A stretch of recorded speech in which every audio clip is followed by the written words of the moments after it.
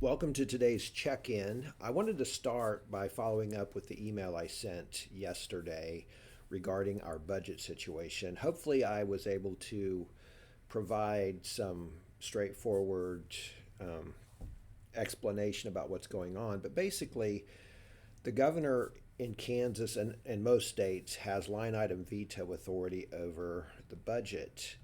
So she or he doesn't have to veto the entire budget. If there are parts of the budget the governor doesn't like, they can simply veto that part of the budget or line item veto.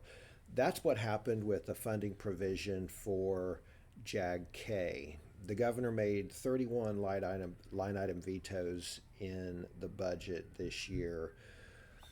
The the JAG-K funding proviso she vetoed is $800,000 in existing funds from the K 12 budget. So basically, what that means, if they have some money left over and there's enough, JAG-K can get up to $800,000 from that through the Kansas Department of Education. The reason that's not great for us, the way it was put in the budget, is because you don't know how much money you're going to get. It could be 800,000 or it could be zero. It just depends on how much money is left. The Department of Education told us traditionally there's enough money to cover the 800,000. However, I didn't want to make budget decisions long term based on money that we didn't know we would get, how much we would get. So we had outlined some one time expenditures, some enhancements to student and staff activities, maybe some technology stuff that could be one time expenditures. So we had a plan to use that money if we received it. The governor, uh, and I don't disagree with her, didn't think this is the way you should fund organizations. As I mentioned, it's difficult for us to plan with that kind of a funding mechanism, although we appreciated the legislature putting the money in. So, we have been working with other organizations that were impacted by the veto, contacting legislators, including our board members who are legislators, Representative Barbara Ballard in the House and Senator Elaine Bowers. And so they're also talking to their leadership about an override. There will be an override Friday. I've been told that. I assume that, I'm sorry, an override attempt. I'm assuming if they're attempting it, they think they have the votes to get it.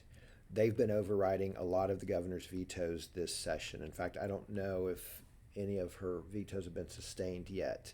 So their strategy, the Republican leadership, is to only go after those they think they're going to get. They want to get out of here no later than tomorrow, Saturday. So it's a good sign that they're going for the override because that apparently means they think they have the votes. So we'll see what happens. Either way, we'll be fine. It would be great to have that money. If we don't, the governor approved our $376,000 increase for TANF. We will be in good shape either way. We'll still be able to expand by the few programs that we had already planned. So it's good, but just wanted to bring you up to date on that. Also, this week we had some really good discussions about the economic impact of JAG-K. We're engaging an economist to come up with an return on investment model that shows what kind of economic benefit JAG-K brings to communities and the state.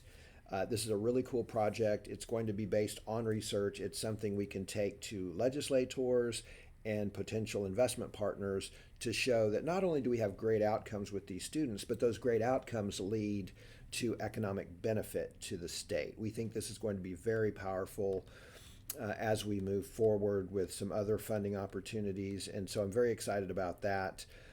Today, we are, and when I say we, Bev Mortimer is going to present to the Kansas Association of Community Colleges vice presidents in charge of of curriculum and credit. That's not the exact title, but these are the people that determine what college credits these institutions are going to give students. They're talking about our credentials. So, Cloud County Community College already said they would grant college credit for the JAG-K credentials that we're piloting this year in Wichita and Augusta. These are all 19 uh, community colleges represented on this call, and they're fast tracking this. So hopefully by July, they will be able to tell us that all 19 community colleges will grant credit, college credit, for the JAG-K credentials. This is huge. This is a result of Bev Mortimer doing a lot of work, and this is monumental in the history of JAG-K. I really can't stress enough how big this is. This adds incredible value to JAG-K for a school district, and certainly, most importantly, for our students. So I'm excited about it. I hope you're excited about this new model and what it means for our students going forward. There were other things going on, but those are kind of the big ones this week. I hope you have a great weekend, and I look forward to having some good news for you, some more good news for you next week. Take care.